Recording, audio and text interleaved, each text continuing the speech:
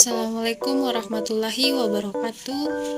Perkenalkan, saya atas nama Irma dengan NIM H0321324. Pada video kali ini saya akan membahas mengenai sistem saraf pada hewan vertebrata, yaitu pada ikan koi. Video ini merupakan tugas dari mata kuliah struktur dan perkembangan hewan 2.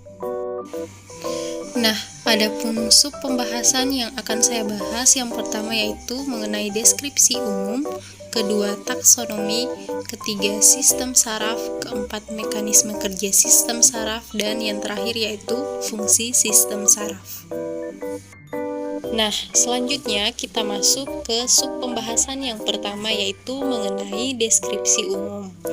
Ikan didefinisikan sebagai hewan bertulang belakang atau vertebrata yang hidup di air dan secara sistematik ditempatkan pada filum chordata dengan karakteristik memiliki insang yang berfungsi untuk mengambil oksigen terlarut dari air dan sirip digunakan untuk berenang. Ikan termasuk kelompok hewan vertebrata dengan tingkat keberagaman, bahkan jumlahnya mencapai lebih dari 27.000 spesies dan tersebar di seluruh penjuru dunia.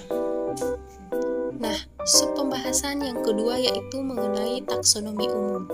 Ikan koi berasal dari kosakata bahasa Jepang dan jika diartikan dalam bahasa Indonesia berarti ikan karper. Meski secara fisik, ikan ini berbeda dengan karper yang banyak ditemukan di Indonesia. Selain itu, istilah koi juga dikaitkan dengan nishikigoi yang berarti ikan karper bersulam perak dan emas.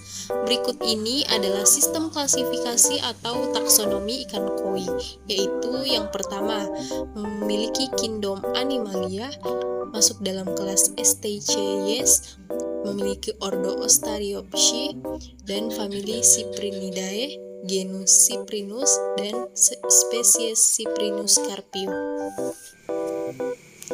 Berikutnya yaitu mengenai sistem saraf.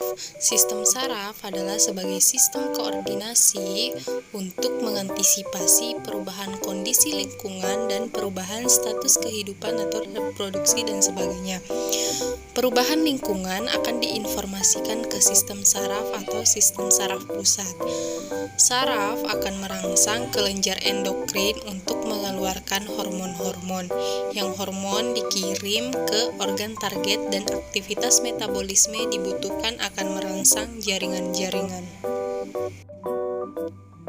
Nah, berikutnya yaitu sistem saraf pada ikan.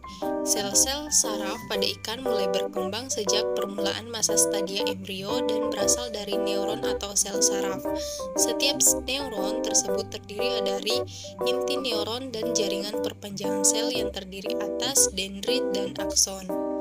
Dendrit berfungsi untuk menerima impuls, sedangkan akson sebagai penerus impuls tersebut.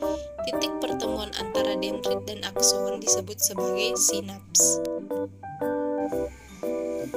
Sistem saraf pada ikan sendiri terbagi menjadi 4, yaitu sistem saraf pusat atau sistema nervorum sentral yang disusun oleh otak atau encephalon dan sumsum tulang belakang atau medulla spinalis.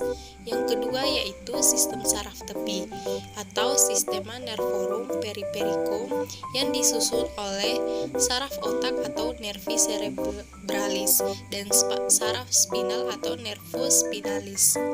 Yang ketiga yaitu sistem saraf otonom yang disusun oleh sistem saraf parasimpatik dan sistem saraf simpatik. Dan yang terakhir yaitu organ perasa khusus atau special sense organs yang terdiri atas organ gurat sisi atau linea lateralis, hidung, telinga, dan mata. Nah, adapun cara kerja sistem saraf pada ikan, yaitu ketika ikan menerima rangsangan dari lingkungannya melalui organ perasa atau sense organ seperti kulit atau sisik, sirip, dan ekor. Impuls yang berupa yang diterima ikan melalui organ perasa diubah menjadi gelombang elektrokimia dan ditransmisikan ke sepanjang sistem saraf yang tersusun atas neuron-neuron atau serabut saraf. Rangsangan tersebut kemudian diteruskan ke otak ikan yang kemudian direspon dalam bentuk tingkah laku. Fungsi sistem saraf sendiri pada ikan yaitu yang pertama, menerima impuls atau rangsangan dari lingkungan dan memprosesnya untuk menghasilkan reaksi atau respon.